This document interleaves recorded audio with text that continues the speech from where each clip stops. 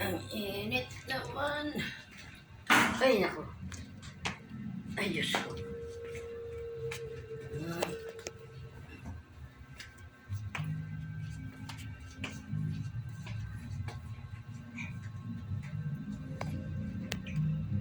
Magbibintirator ko ba? Mayarap ko dyan, ha? Harapan niya din eh. Sabi, maglalakad pa. Wala pa rin.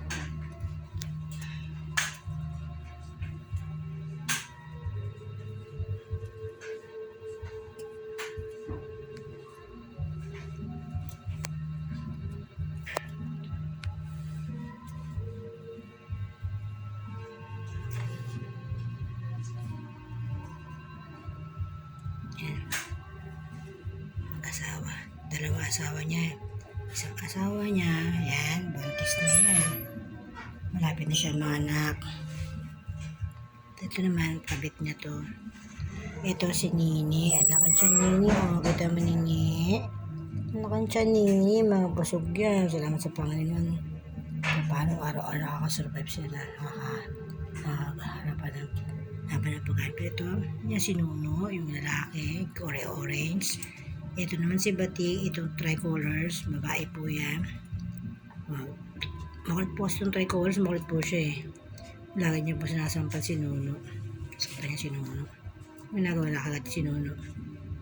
Siyempre, lalaki na bubisit sa kanya. Malandi itong isang to, napakalandi nito. Ang aaway ito, yan.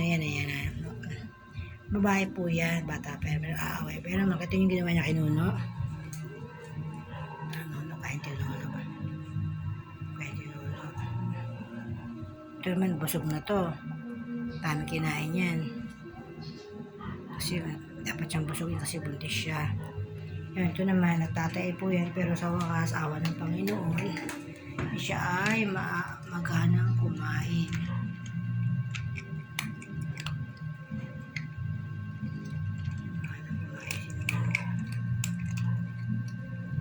Sa Panginoon. Kasi ito naman,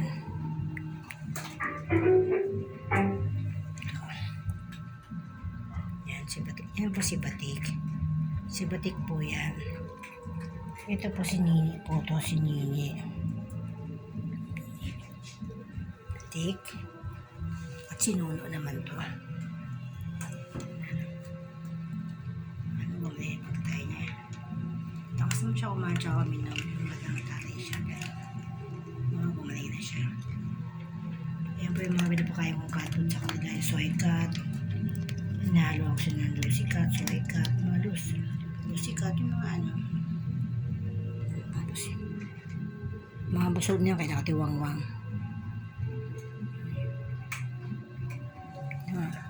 Yan. Papakita ko sa inyo aming mga hugasan. Grabe kaming tubig. Sobra. Kami pang hugasan. Dami kong hugasan na plato. Wala pa kaming tubig. Wala pang tubig. Walang katubig-tubig. Anong oras na? Hapon na wala pa kaming tubig. Yan ang problema dito. Ito pa ang problema sa baras. Wala pang tubig.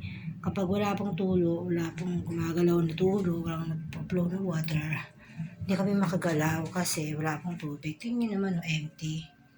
Wala pang tubig kasi po ang tubig dito may oras. May oras. Kahit wala pong araw dito na may tubig na maaga. Hapon po dito. Kaya dito mabilis kang gumalaw para makapuno ka ng tubig. Kaya kailangan namin ng drum. Sana may magbigay ng drum. Timba. Yan, kailangan po namin dito container, drum, timba. Yan ang kailangan namin dito. We need container, drum, and pail, tabo. Yan kailangan namin dito kasi kinakapos kami ng tubig. Tingnan mo yung plato namin dyan nakalagay kasi na kami nilagyan ng plato. Tapos, sila ang priority ko kasi tatlong anghel ko yan. Mapit ang mga anak yun to. Yun po ang ama, magiging anak nito. At yun naman po ang pangalawa niyang asawa. Pero hindi niya pa nagagalaw yun. Kasi ayaw pa ng bata eh. Ayaw pa magpagalaw nun. Alam niyo po ba, happy na ako sa kanila. Sobrang masaya ako sa kanila kasi wala akong matatawag na family. Sila lang family ko.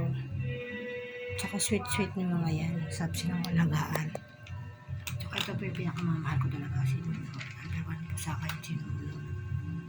Kaya sa inyo, kung sino, meron pa pala ako sa labas na pinakakain. Ano, nandito sila apat or 5 sila eh. Dadagan pa nga sila eh. Wait lang, buksan natin to ha. Init. Wala pa sila. Dito po sila kumakain. Wala pa sila. Kasi aga nila. Napigilan ko ng tubig. Oo nga eh. Bago. Aga-aga ko sila pinapakain dito natin araw. Hoy! Shhh! Hindi na-away niyo yan. Huwag kayo mag-away, wag.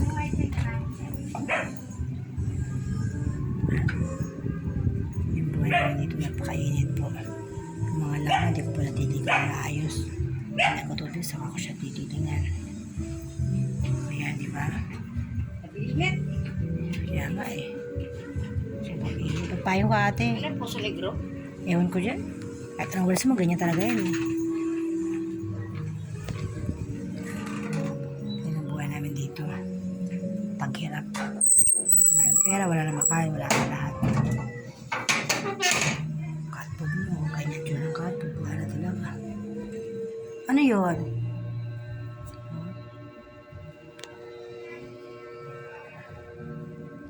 Sobra init dito. Sobra. Kaya sa inyo, salamat sa tutulong sa inyo. Wish ko lang may magbigay ng cardboard sa inyo. Kaya Gcash sa cardboard. Kasi yung dami sila dito, mga 7 sa labas, o 8 yata, o basta something like that. At dito naman, iba yung sa labas. Sa labas kasi mga stray cat yun eh, mga napapaampon na mga pusa na umuwi, umaalis. Yan, hindi po yan sa kapitbahay po yan. Pero asawa na po yan ito.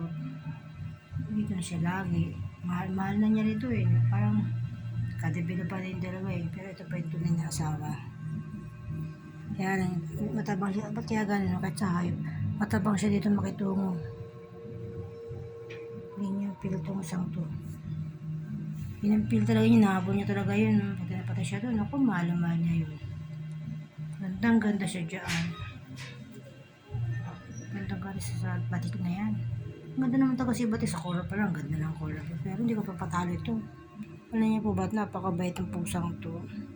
Tawagin mo, ang bilis. Punta ka dito. Tsaka malambing po siya. Namamasaya nga sa akin yan. Makamama yan. Grabe. Basta ano to, makamama to. Baka magawa dito. Pero yung medyo mailap yun eh. Isa ka lang hawakan yun. Masaya na masyado. Kasi na kayo sa buhay namin dito. Ay, electric pan namin. Napakaliit. Nag-iisang electric pan. Paano may mag-donate na electric pan sa amin.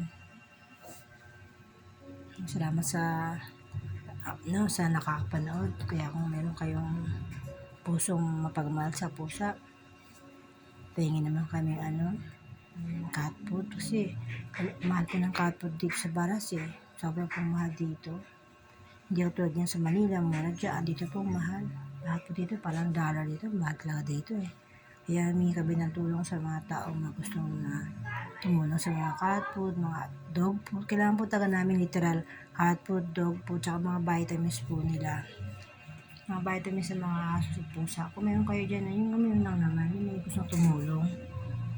Pwede nyo naman ipalawan or Western Union or Gcash or kahit nabihin yung PM lang kayo sa baba.